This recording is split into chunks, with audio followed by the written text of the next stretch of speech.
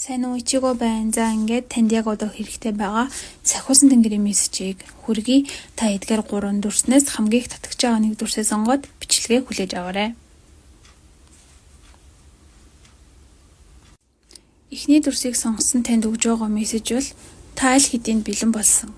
Ямар нэгэн зүйлд би арай бэлэн болоогүй юм болов уу? Ахаад жоохон өөртөө туршлага хуримтлуулж гэдэг юм уу, ямар нэгэн байдлаар өөртөө хориг тавиад зогсолттой байгаа бол та аль хэдийн хөдөлж эхлэх цаг чинь болсон.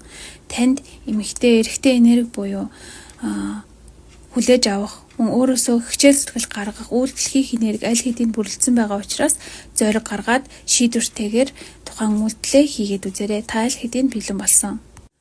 Дараагийн дүрсийг сонгосон танд хэрэгтэй байгаа сахиусан тэнгэрийн мессеж бол уучлал.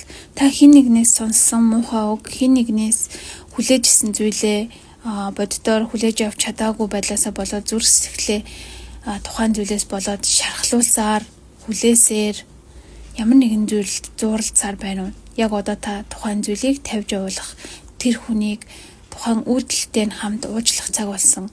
Яагаад гэвэл тэр үйлдэлийг уучлж байна гэдэг чинь та өөрийнхөө зүрх сэтгэлийг чөлөөлж ийн, өөрийгөө нэг талаараа уучлж байна гэсэн үг. Тэгэхээр тухайн хүнд хэцүү зүйлсийг сэтгэл зүрхнээсээ тавьж явуулснаар та амар амгалан мэдрэх болно. Одоо тухайн хүндрэлтэй цагийг бодож өөрийнхөө энергийг шавхах тэр цаг үе чинь бол дууссан. Одоо та тэр зүйлийг тавьж явуулж өөрийгөө амар амгалан болгоорой. Дараагийн дүрсийг сонгосон таны сахиусан тэнгэрийн мессеж бол хүлээ. Ямар нэгэн байдлаар та ямар нэгэн зүйлд маш хурдан шийдвэр гаргах гэж байгаа, зүрх сэтгэлээ сонсоод зүрх сэтгэлээрээ ямар нэгэн зүйлийг шийдэх гэж эмоцоор хандах гэж байгаа бол түр хүлээх цаг нь яг одоо байна. Таныг тухайн зүйлийг хийхэд тохиромжтой цаг нь биш.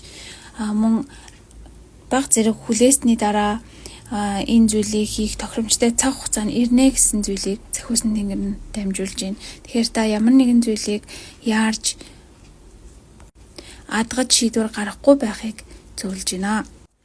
Магадгүй таны яаж гаргасан шийдвэр хэн нэгний амьдралд сөргөө нөлөөлөх, хэн нэгнийг тухгүй болгох тийм зүйл байж магадгүй. Тэгэхээр та өөрийгөө дахиад нэг сонсоод яг энэ үйлдэлийг хийхэд яг одоо тохиромжтой цаг нь бишээ гэдэг дээр өөртөөгөө